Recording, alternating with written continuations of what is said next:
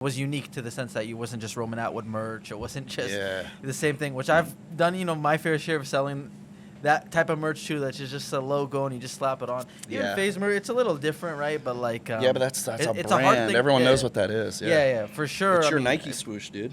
You got to create your own Nike swoosh. Smell More is that for you as well. I despise the idea of somebody wearing my name. I don't know why. I didn't feel like I was a NASCAR driver or a country star I always strive to have a logo that grandma could wear or a 4-year-old could wear. Really I wanted a brand that the whole world could wear, whether you know me or not. That was always my focus on Smile More. It was like, even if I disappeared tomorrow, somebody can still rock a Smile More product. Yeah. Because it has nothing to do with Roman Atwood. Yeah. And that's what I always tried to create my brand separately from me. Right? Really Obviously, it's tied to me a bit. You'd be surprised how many people I'm hopping on an airplane. Someone's like, "Oh, I love that shirt." Yeah. They have no clue who I am. Yeah. That's cool. That is cool. Yeah. I remember with Phase too, when we were building Phase, that was like my dream. Which early on didn't seem like there was ever going to be a time that was going to be the case where people would know the logo and not know myself and the other guys that lived there. But now, what a great accomplishment. Yeah, now it's like, everybody. Are you part of the Phase rug thing? Yeah. This is my favorite question. I love rug. And Rug's epic. Rug's got the whole audience, but like now the whole new Phase, there's like a bunch of people and it's cool. It's a good place to be. Like as much as it's nice to be fully up front in your face being there. Yeah. When you do want to take a step back, you don't want everything to pause with you. So it's amazing that you're able to build it in that way. Yeah, that was always important. Yeah. So last thing I'll ask you about around all these things, because again, I just think it's I have to ask because you've done so many different things. You have so many experiences. But another thing you've done is movies and TV shows, right? So you've done 2 movies. Yeah. No, well, you did Natural Born Pranks. Yeah. Right? Yeah. You forgot. I'm trying to think of 2. I'm trying to No, think. you had the Natural Born Pranks, and then you had the YouTube originals, not a movie, but you had that show. Oh, yeah. Yeah, the show. How were those? How was the experience on that? Because I'll say for myself, I've been on like a set a few times. I filmed the commercial before, and it was like, dude, I spent like 10 hours there, and I was in the commercial for 1 second. Yeah. And it was like, I cannot believe people do this. Honestly, horrible. Horrible. I hate it. That's why I never did it again. But no, the movie was fun. I got to do it with just a bunch of great guys, and it was really just fun. Yeah. It created daily content. The show, which was beautiful, and we did amazing things, and we helped so many real people. Amazing, yeah. It was actually amazing, but I went to war over that show because I'm a daily vlogger running around with my camera on hyper speed, and all of a sudden, I can't really film any of this because it gives the show away, and it's 45 minutes for the camera guys to get slated in. I'm like, you already missed everything. Yeah. So I went to war. I was like, you guys need to be holding cameras and ready at all times because I move fast. Yeah. And if we get a reaction, it needs to happen. Yeah. Instead of, oh, don't walk in yet because we're not rolling. We're not slated in. Sound's not ready. Your mic's not on. I'm like losing my mind for months. Yeah. So that one was incredibly rough for me.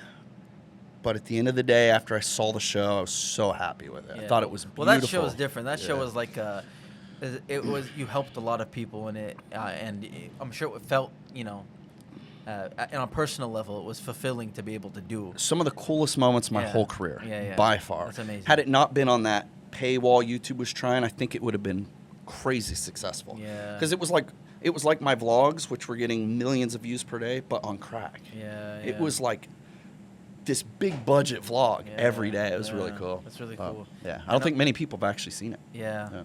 I know we had a similar thing when our company became a little more corporate ran. There's always this bashing of like, we just hold vlog cameras. We don't need a $100,000 production to film stuff. And it's funny sometimes how like we want it to just be more simple and easy. So for those 2 things, I would assume one, to your point of earlier of, if you feel like shouting out a brand is making you lose money, I'm sure you felt like you probably were net negative in both of those things. Yeah, so for the movie, everybody thought the movie would be super successful. The prank world was popping. It's kind of on the tail end of pranks, but it was going to be the next big prank movie. Everybody took back-end deals. I said, just give me $100K up front. Okay. I'll do it. Just give me $100K up front. And I'll take a small back-end deal. Nobody made a penny. Yeah. I'm the only one that made $100K. I would assume. So that's the case. literally the only person that made That's money crazy. was That's me. crazy. Wow. And that was just like one of those thoughts. Like normally I'm all in on back end. I will take a percent and I'll collect it. I don't know. On that one I said just give me $100K, I'll do it. Yeah, you've had a lot. It's very amazing. You've had Yeah. you've had a lot of good decisions that you've made. Yeah, the show, I don't remember what I got paid for that. But I mean, It wasn't anything substantial, but it did take away from my dailies, and that I totally get what you're saying. It was a takeaway for sure. Yeah, for but sure. A cool experience. some of the though. greatest Yeah. memories, man. Again, Sometimes just- that's better. I feel like you said you're 41 now. You've had a lot of experiences, a lot of cool, Yeah. different life experience. Very like that's the most valuable thing for me, I guess. For right? sure. I look back at like the last 10 years. There was a point where the value of our company tanked, significant, like 99% decrease, and on a personal level, I wasn't online making money. So like my whole quote unquote net worth is like down to here, and I'm like thinking about what's next, and I just realized in that moment, one of the most valuable thing is like, even if I have to reset today, I'm 28.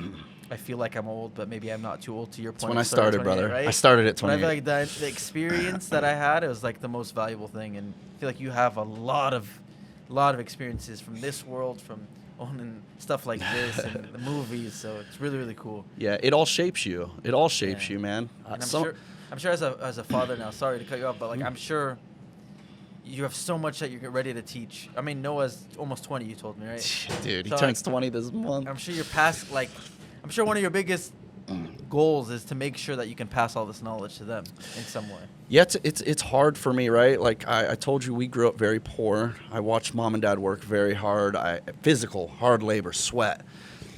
And now it's like my kids live in this beautiful home. They have everything and more they could ever imagine. And one of my fears right now is how do I teach them that this isn't just here, right? It's like, how do I teach them what I was taught? Yeah. That's what shaped me, was that hard childhood. My kids got a very nice childhood, Yeah. right? That's not always what's best for a kid. Yeah. I know it sounds crazy, but No, yeah. some of the most successful people in life had the roughest childhood. Some of these celebrities, the Jim Carreys and the Howie Mandels, they all were so dirt poor that had nothing, and it does something to you. It motivates you. So, yeah, as a father, I'm definitely thinking of ways of how do I teach my kids ethics, hard work. You know, if you want what you have now, how do you work for it?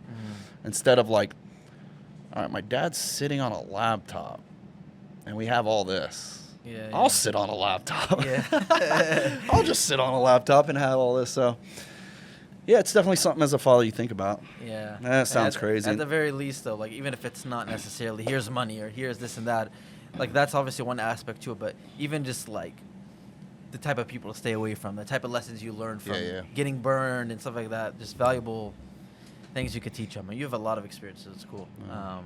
But I respect that. Obviously, I would hope that I would be the same if I ever, I'm nowhere near the same financial. Like I hope to get there where I'm able to take care of my kids forever, right, in the future. But even if that's the case, I can see myself thinking the same way as you, where you want them to work for it. You don't want them to. I'll be honest. This laundromat's been one of the coolest things for my kids, because they get to see a place of business. Yeah. It's whatever really it is, cool. whatever it means.